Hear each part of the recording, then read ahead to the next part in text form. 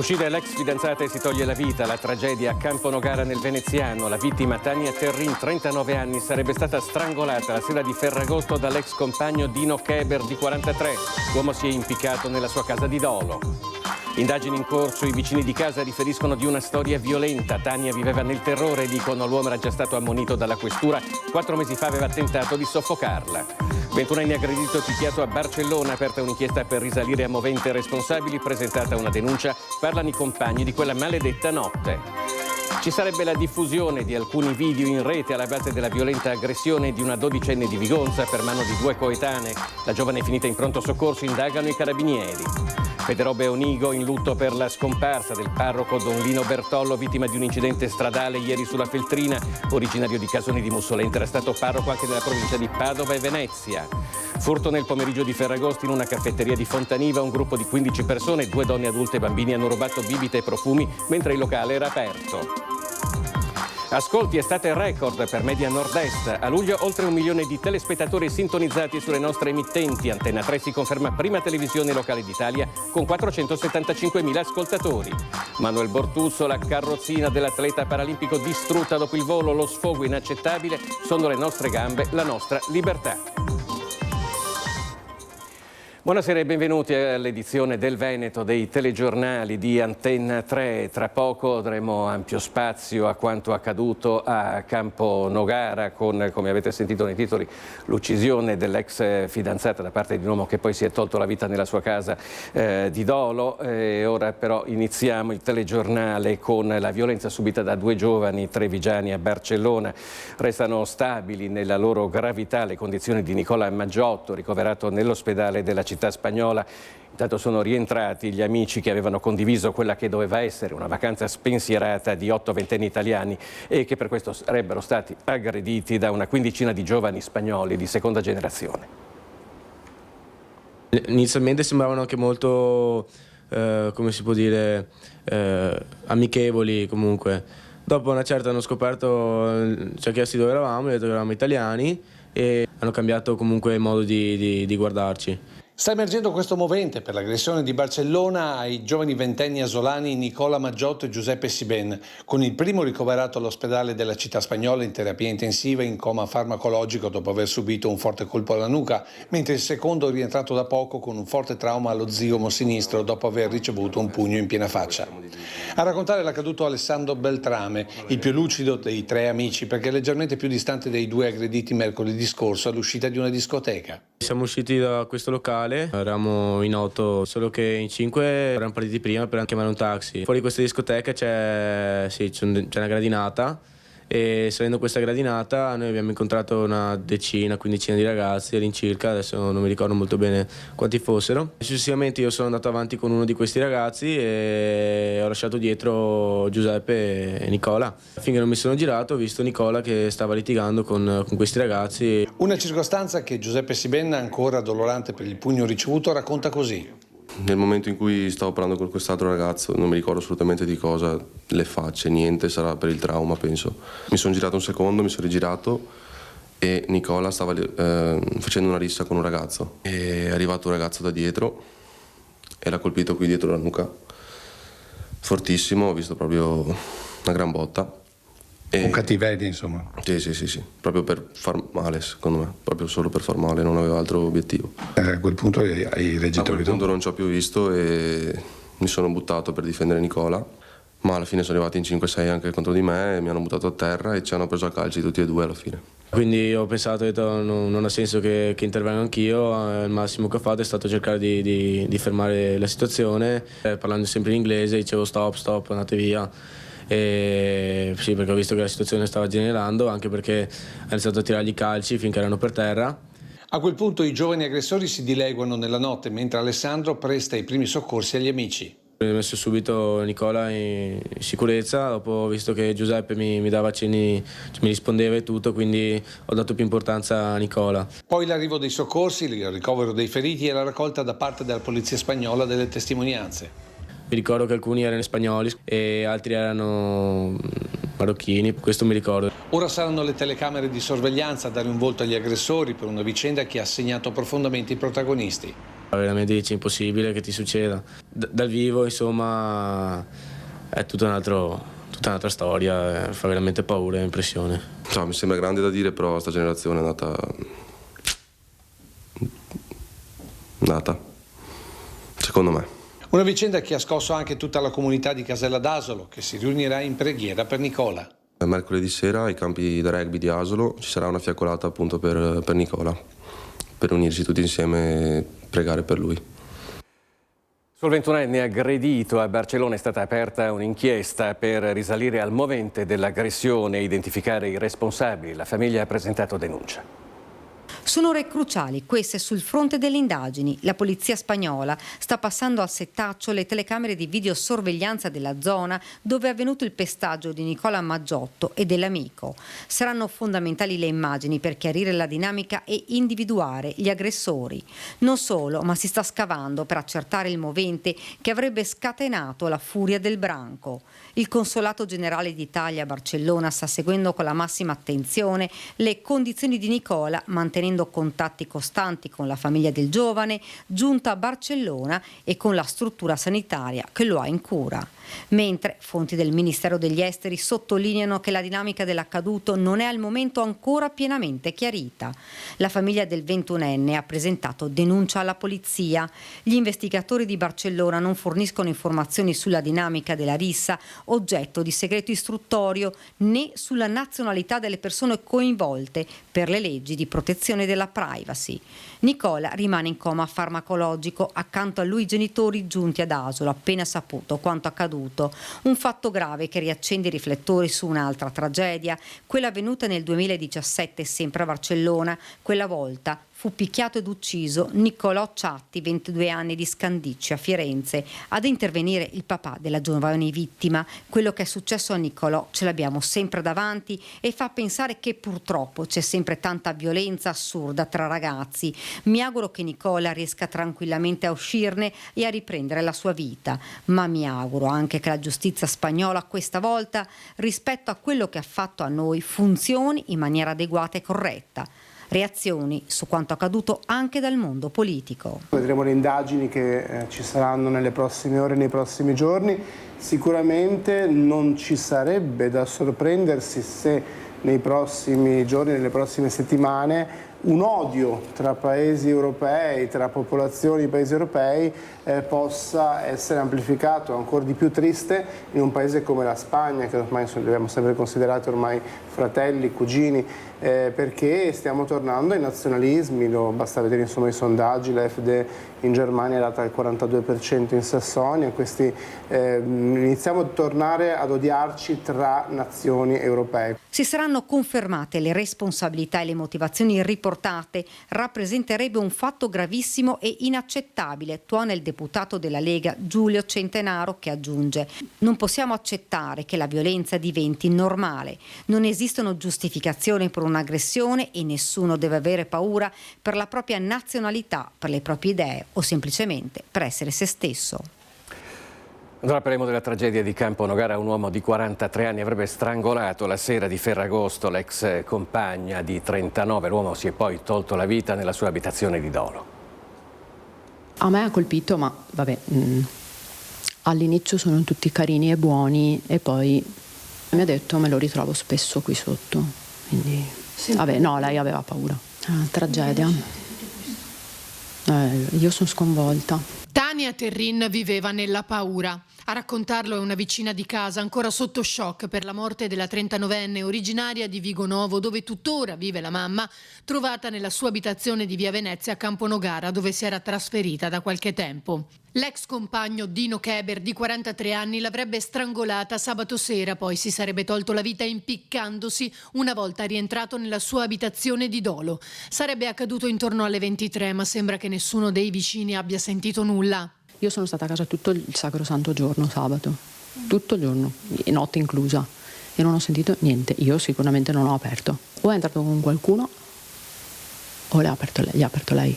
Lei aveva paura, però chissà in che modo è riuscito, perché era una persona molto buona, Tania. Quello che è certo è che Tania fosse spaventata dal suo assassino. Ad aprile Keber, già noto alle forze dell'ordine, sembra che avesse tentato di strangolarla, motivo per cui la 39enne aveva presentato querela ai carabinieri insieme ad un certificato medico. Poi a giugno il questore aveva emesso un ammonimento nei confronti del 43enne. Ma per Tania, una persona molto riservata, non era sufficiente perché, come racconta la vicina, lui continuava a perseguitarla. Aveva anche chiesto nella chat di condominio di non aprirgli per nessun motivo se si fosse presentato. Lei non scriveva mai nel gruppo, mai. Infatti quella volta là abbiamo detto: Madonna, cosa è successo? Che non scrive mai lei. E per quello che poi io sono andata privatamente a chiederglielo. Aveva detto me lo trovo spesso sotto casa. Quindi qui? Sì. Voi però non lo vedevate? No, infatti io giorni successivi sono stata molto attenta, ho detto aspetta che vedo, se lo vedo, che lo vede, cioè sto là a vedere se ci sono macchine diverse rispetto alle nostre, cioè insomma. Secondo me non si sentiva protetta perché diceva me lo ritrovo qua. Per Tania era anche stata predisposta una forma di vigilanza attraverso il passaggio delle auto dei carabinieri, ma nonostante questo Keber è riuscito a entrare in casa. La porta dell'abitazione, a quanto emerge, non presentava però segni di effrazione. I carabinieri sono arrivati il giorno seguente. Ho sentito scampanellare ieri alle 23 e qualcosa e sinceramente ho preso paura e l'ho scritto subito perché sapendo la situazione l'ho scritto e infatti c'è ancora il mio messaggio, ovviamente non letto, dove l'ho scritto: Tania, ho sentito scampanellare al tuo citofono, tutto a posto?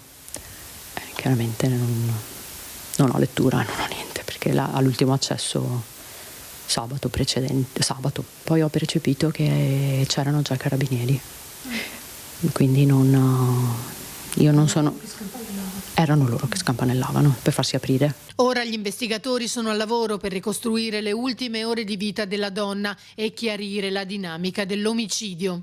Il cordoglio del sindaco di Camponogara. Non vivevano assieme, molto probabilmente si erano rincontrati e poi è finita in tragedia. L'ennesimo femminicidio è diventata ormai ogni giorno si apprendono questo tipo di notizie e c'è molto rammarico, soprattutto quando si tratta di giovani. Ci sarebbe la diffusione di alcuni video in rete in base alla violenta aggressione subita da una 12enne di Vigonza. Sul fatto indagano i carabinieri. È stata picchiata mentre tornava a casa sua a Vigonza dopo essere uscita per incontrare alcune amiche. Vittima della violenza una giovane di soli 12 anni, finita al pronto soccorso di Padova dopo un'aggressione che sarebbe stata compiuta da una compagna di scuola assieme ad un'altra coetanea. La 12enne, dopo aver salutato le due ragazze incontrate casualmente per strada, sarebbe stata afferrata per i capelli e colpita al volto, finendo per perdere i sensi. Una volta a terra sarebbe stata raggiunta da calci e altri colpi. L'intera scena sarebbe stata filmata dall'amica della baby bulla che era con lei. A scatenare la terribile violenza alcuni video postati sui social. Ci sono due aspetti di questa vicenda che ci lasciano veramente senza parole. Innanzitutto l'uso della violenza ingiustificata e che poi ha portato una ragazzina a avere dei giorni di prognosi e quindi dei problemi fisici, ma soprattutto l'atto di violenza che deriva da un conflitto collegato a dei video, a delle immagini che circolavano in rete, quindi abbiamo un vero e proprio caso di cyberbullismo. Come se non bastasse, la vittima sarebbe stata anche minacciata se avesse raccontato quanto accaduto. Sotto shock, la 12enne è stata portata all'ospedale dai genitori che hanno presentato denuncia ai carabinieri, ora al lavoro per ricostruire l'esatta dinamica della vicenda.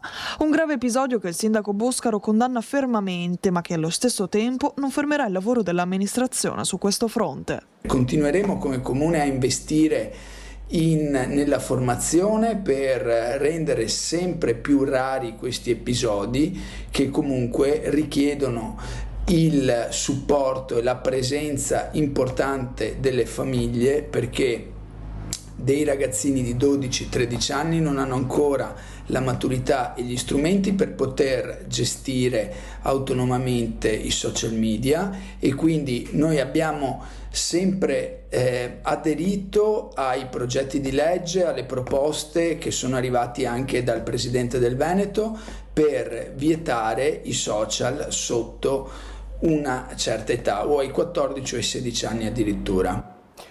Tragedia al lago di Speccheri in Vallarsa, costata la vita a Marianna Bernardi, 56enne, impiegata del comune di Lonigo. Il figlio, che si era gettato nel lago nel tentativo di salvarla, è stato a sua volta salvato dai vigili del fuoco. E praticamente questa signora col figlio stavano scendendo giù in diga, il ragazzo, la signora è scivolata, è caduta in acqua, erano su un salto di roccia, il figlio si è buttato per andare a prenderla, però lei era contusa, insomma noi siamo arrivati a pelo a prenderli con la barca della diga. Uno dei primi soccorritori racconta la dinamica della tragedia al laghetto di Speccheri, in Vallarsa, in Trentino, a pochi chilometri dal Pian delle Fugazze. A perdere la vita è stata Marianna Bernardi, 56 anni, stimata impiegata del comune di Lonigo. La donna stava trascorrendo la giornata in montagna con il marito Andrea Sandri e i figli, quando, durante la risalita dalla zona del lago, ha perso l'equilibrio in un tratto particolarmente impervio, precipitando per alcuni metri, battendo la testa e finendo in acqua. Il figlio Riccardo, che ha assistito alla scena, si è immediatamente gettato nel bacino, nel disperato tentativo di salvarla. Un gesto istintivo e coraggioso, purtroppo inutile. All'arrivo dell'aereambulanza di Trento, il giovane era stato già tratto in salvo dai vigili del fuoco volontari di Vallarsa, mentre per la madre non c'era più nulla da fare. Sul posto anche i carabinieri per ricostruire la dinamica della disgrazia, coordinati dal procuratore di Rovereto, Orietta Canova. Dunque anche per Riccardo si è temuto il peggio. Perché rischiavano anche... Perché erano dentro in acqua con gli zaini e tutto, che li tiravano giù, il figlio tirava sulla mamma, teneva la mamma. Perciò ha rischiato anche il figlio? Noi abbiamo preso il figlio al pelo. Perché? Ma quanto fondo è la... È una domanda che non saprei risponderti. Perché voi siete di Vallarsa? Noi siamo di fuoco a Vallarsa. Siamo arrivati lì in due con la barca della diga e il custode che ci ha portati sotto, l'abbiamo caricata al volo sulla barca, siamo andati al pelo per prendere il figlio. Perché mentre il marito padre e l'altra cosa aveva un altro figlio più su? Provavano a fare un altro sentiero perché era troppo difficile quello lì. La notizia della tragica morte di Marianna Bernardi è stata uno shock per Lonigo, dove la donna abitava, una grave perdita non solo per il comune dove lavorava, ma per tutta la comunità, ha dichiarato il sindaco Pierluigi Giacomello. Una notizia veramente drammatica che ci lascia sconvolti, non solo per la dinamica di quello che è successo, quindi un'autentica tragedia, ma soprattutto per la persona che l'ha colpita, insomma, una persona solare. Io non l'ho mai vista una sola volta in 5 anni arrabbiata o tesa, sempre sorridente, molto positiva, sempre propositiva, disponibile. Parole misurate, commosse, toccanti, quelle del primo cittadino nei confronti di Marianna Bernardi, che lavorava da diversi anni in municipio nel settore finanziario amministrativo. La sua presenza e il suo modo di rapportarsi con i cittadini era contraddistinto da gentilezza e competenza, qualità che erano diventate il suo modo distintivo di operare nello svolgimento delle pratiche. Una persona che era dedita anche a iniziative sociali per la comunità leonicense. Avrebbe terminato le vacanze con la famiglia proprio nel weekend di Ferragosto. Sì, doveva rientrare oggi o domani dalle ferie e stavamo aspettando, anche perché il suo ufficio è proprio vicino al mio, tra l'altro. Ripeto, una perdita immensa, un po' per tutto, sia per il comune ovviamente, ma questo non è tanto importante, per la famiglia, aveva una gran bella famiglia. Una perdita per la nostra città, perché Marianna era inserita in modo attivo nelle attività del nostro comune, della nostra città, insomma, quindi è una cosa che ci lascia veramente sconvolti, non si possono capire queste cose. È stata fissata per mercoledì l'autopsia sui corpi dei coniugi Simeonato a Fara Vicentino. L'autopsia consentirà di stabilire quali siano state le cause del decesso.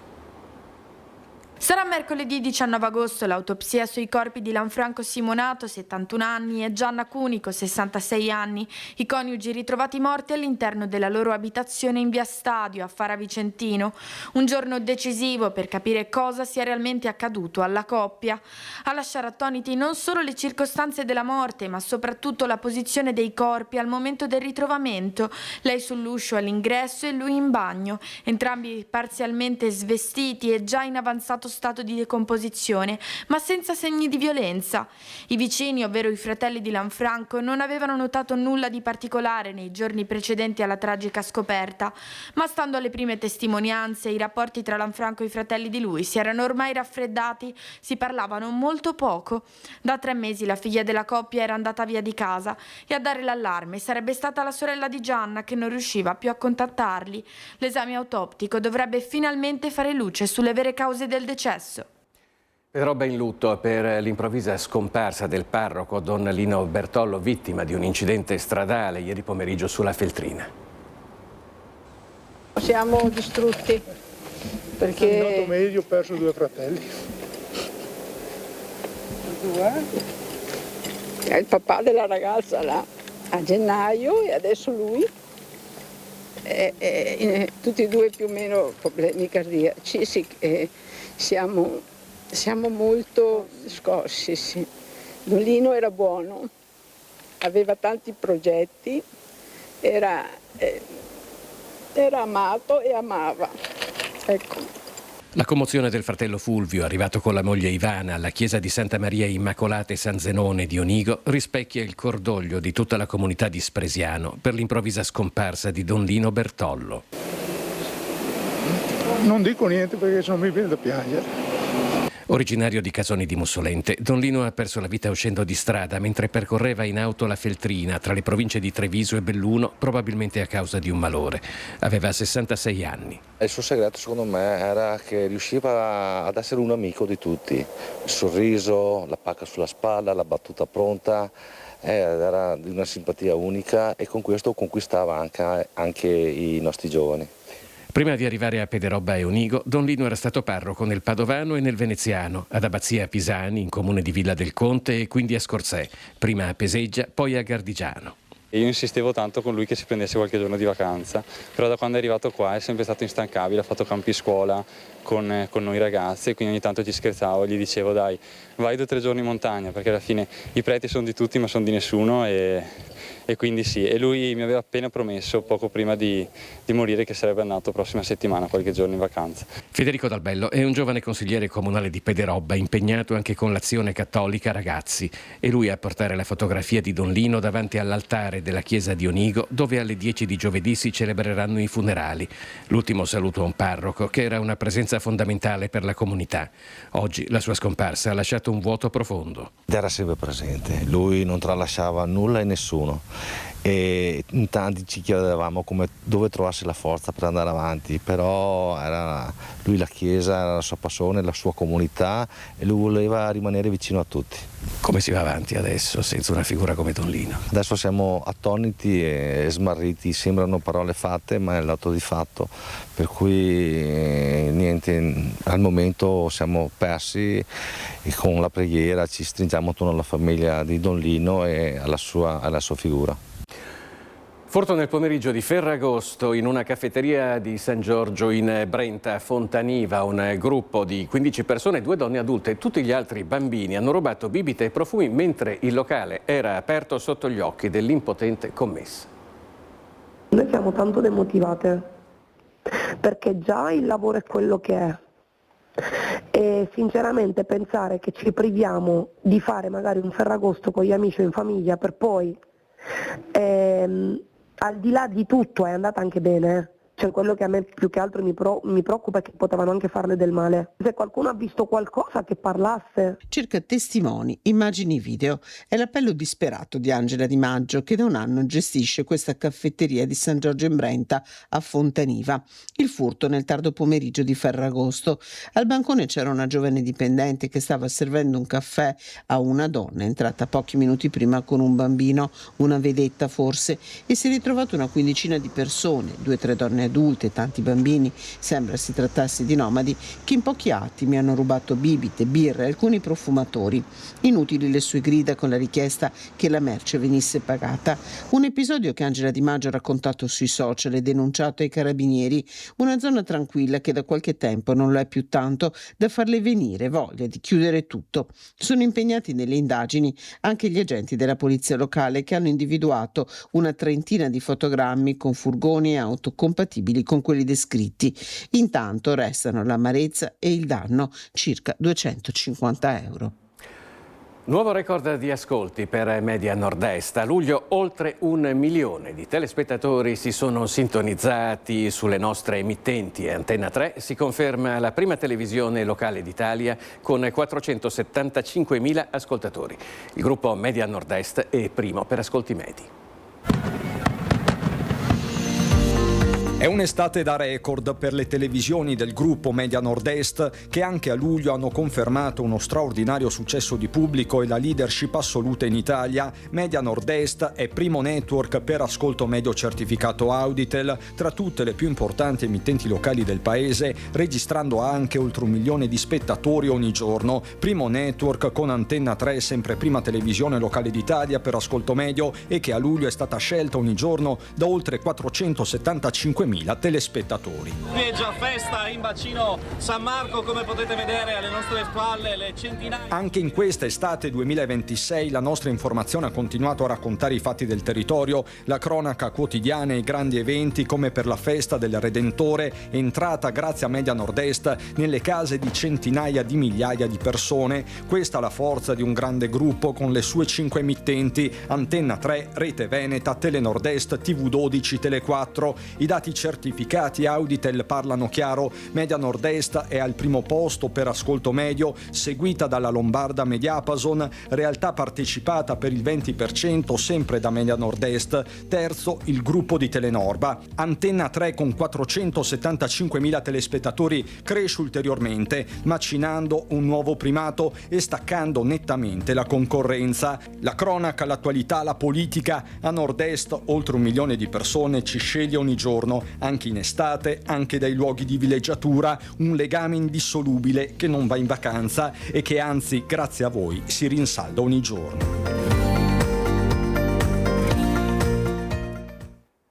Carrozzina rotta dalla compagnia aerea dopo un viaggio di ritorno dall'Africa. Il nuotatore trevigiano Manuel Bortuzzo si sfoga sui social. Sono le nostre gambe, la nostra libertà. È lo sfogo del nuotatore paralimpico triestino ma trevigiano d'adozione Manuel Bortuzzo, che sui social denuncia quanto accaduto al rientro a Fiumicino da una vacanza in Africa con la fidanzata Serena Padovano.